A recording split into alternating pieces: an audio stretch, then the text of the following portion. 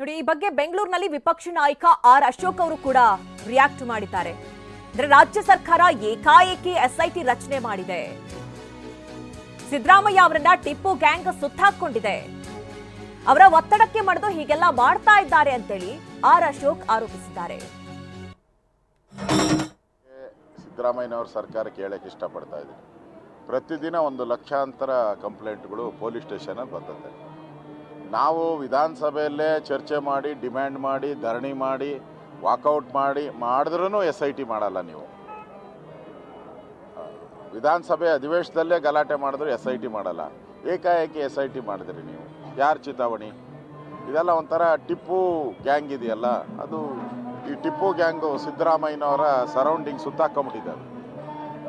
ಅವರ ಒಂದು ಒತ್ತಡಕ್ಕೆ ಮಣಿದು ಮಾಡ್ತಾ ಇರೋದು ಕಾಣ್ತಾ ಇದ್ದಾರೆ. ಇದರಲ್ಲಿ ವಿಶೇಷವಾಗಿ DK ಶಿವಕುಮಾರ್ ಅವರು, ದಿನೇಶ್ ಗುಂಡೂರಾವ್ ಅವರು ಅದರ ಹೊರತಾಗಿ ಮಾತಾಡಿದ್ದಾರೆ. ಇಲ್ಲ, ಇದು ಷಡ್ಯಂತ್ರ ಇದೆ ಅಂತೇಳಿ. ವಿಚಾರಕ್ಕೆ ಸಂಬಂಧಪಟ್ಟಂತೆ ಕೇಂದ್ರ ಸಚಿವರಾದಂತಹ ಪ್ರಹ್ಲಾದ್ ಜೋಶಿ ಅವರು ಕೂಡ ರಿಯಾಕ್ಟ್ ಮಾಡಿದ್ದಾರೆ. ಅವರೇನು ಹೇಳಿದ್ರು ಬನ್ನಿ ನೋಡೋಣ. ಸರ್ಕಾರ DK ಶಿವಕುಮಾರ್ ಅವರು ಷಡ್ಯಂತ್ರ ಅಂತ ಹೇಳ್ತಾರೆ. ಅಂದರೆ ಸರ್ಕಾರದಾಗಿದ್ದವ್ರಿಗೆ ಸರ್ಕಾರದ ಒಂದು ಕಲೆಕ್ಟಿವ್ ರೆಸ್ಪಾನ್ಸಿಬಿಲಿಟಿ ಅಲ್ಲ. ಅಂದರೆ ಗೃಹ ಮಂತ್ರಾಲಯ ವಿಫಲ ಆಗ್ಯದ ಅಂತ DK ಶಿವಕುಮಾರ್ ಹೇಳಕ್ಕೆ ಹೊರಟಿದ್ದಾರೆ, ಅಥವಾ ಮುಖ್ಯಮಂತ್ರಿಗಳು ಇದನ್ನು ಮಾಡಿಸಿದ್ದಾರೆ ಅಂತ ಹೇಳಕ್ಕೆ ಹೊರಟಿದ್ದಾರೆ DK ಶಿವಕುಮಾರ್. ನಿಮ್ಮ ಸರ್ಕಾರದಾಗಿದ್ದು ನೀವು ಷಡ್ಯಂತ್ರ ಅಂತ ಹೇಳ್ತೀರಿ. ಯಾರು ಷಡ್ಯಂತ್ರ ಮಾಡ್ತಾ ಇದ್ದಾರೆ ಹಂಗಾರ?